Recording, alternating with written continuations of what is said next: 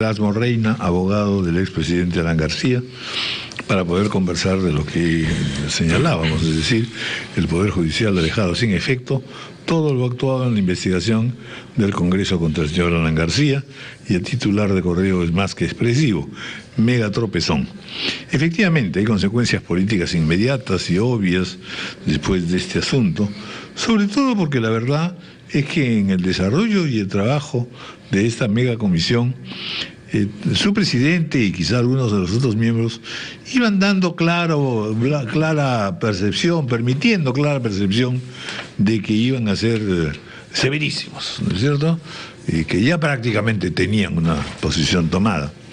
Error de errores, porque en definitiva, si en efecto se han cometido excesos en relación con todo el caso de los penales y en fin, del chuponeo telefónico, etcétera,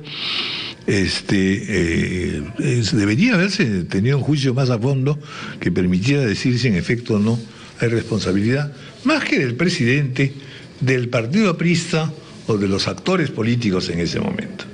Doctor Erasmo Reina, gracias por estar con nosotros. No le quiero decir que haya tenido usted un triunfo. No quiero decir que tampoco el señor Alan García quede librado del asunto, porque finalmente va a volverse a reiniciar el proceso. ¿Qué es lo que saca usted en claro de lo que ha ocurrido? Poniéndonos en el tono no de que haya triunfadores ni ganadores, o vencedores y vencidos, sino básicamente si se ha esclarecido o no el camino que se debe seguir en estos casos de revisión de la actuación de un presidente, cosa que en la historia del Perú siempre ha tenido fatalidades. Gracias, don Raúl, buenos días. En efecto, lo primero que quiero rescatar en esto es que, lejos de lo que han dicho algunos congresistas, lo que acá se garantiza es el reino de la Constitución y los derechos fundamentales. Clarísimo. Nadie está exento de control constitucional. Y esto no lo decimos nosotros, sino las sentencias de organismos supranacionales como el Tribunal Europeo, la Corte Internacional de Derechos Humanos, en sendas sentencias que han sido expedidas a lo largo de los últimos 15 años. El propio Tribunal Constitucional estableció lo que se denominan garantías mínimas, no máximas, mínimas del debido proceso, don Raúl. Todos los ciudadanos, cuando son investigados en cualquier sede, incluso en sede privada, en los clubes, las asociaciones, tienen que ser respetados sus derechos mínimamente. Poner en conocimiento de qué se les está investigando. Poner en conocimiento cuáles son las infracciones presuntamente que se imputan a un investigado. Permitir el acceso al expediente para tomar conocimiento respecto a qué hechos se están investigando. La reserva, como bien lo anota el juez constitucional, es para terceros, pero no para el investigado. En el marco de un Estado democrático y constitucional de derecho, eso es lo que tiene que prevalecer, don Raúl. ¿Y eso se incumplió? Eso se ha incumplido flagrantemente, así lo ha establecido la sentencia constitucional, repito, inclusive recogiendo argumentos que hace 4 meses, don Raúl, el informe de la Defensoría del Pueblo había ya advertido.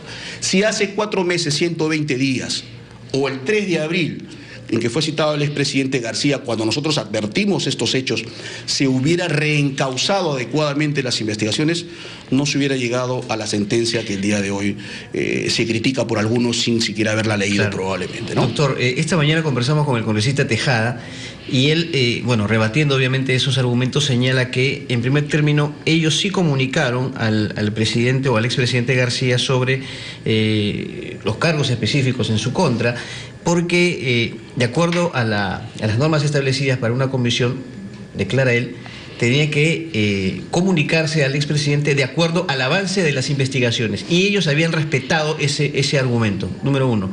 Número dos, el doctor Tejada hoy día ha expresado en cierto punto su temor, porque se estaría dando a entender acá que de alguna manera el APRA estaría manejando o influyendo mucho en el Poder Judicial. Toma como ejemplo el fallo reciente del tribunal respecto al caso del Frontón. ¿Cuál es su parecer al respecto, doctor? La sentencia ha zanjado ese tema, ya lo dijo la Defensoría del Pueblo. Citar temas no es comunicar de manera detallada y previa sobre qué te están investigando.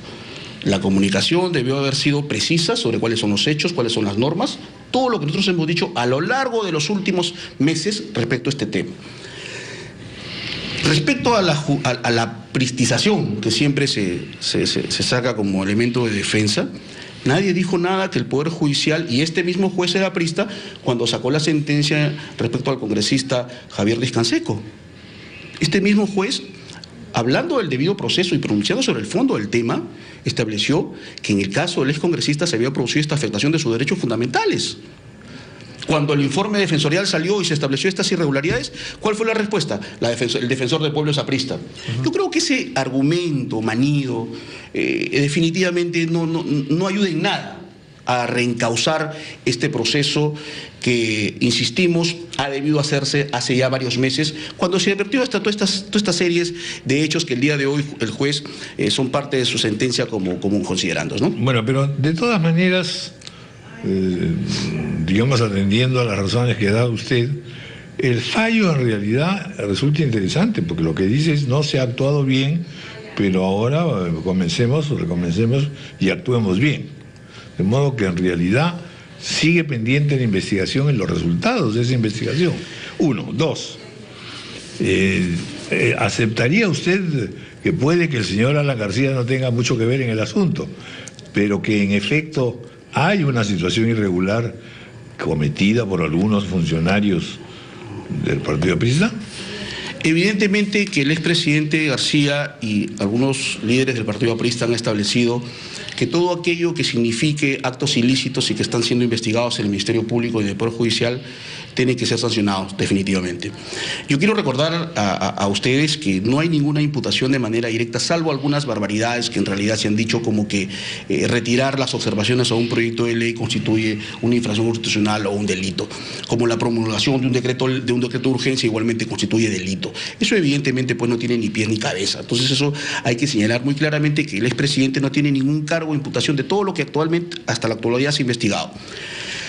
Nosotros, el presidente García ha expresado siempre su disposición a colaborar. El 8 de junio del año pasado fue su primera convocatoria y él asistió y prestó su manifestación y colaboró con la media comisión.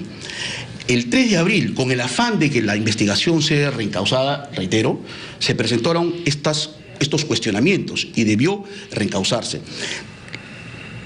Lo cierto es, don Raúl, es que no hay ninguna imputación. Entonces, por esa razón es que cuando el juez advierte, señores megacomisión, ustedes cuando citen al expresidente tiene que advertirse qué hechos en concreto se le imputan. Y a la fecha, Carlos, no ha habido ninguna imputación de esta naturaleza.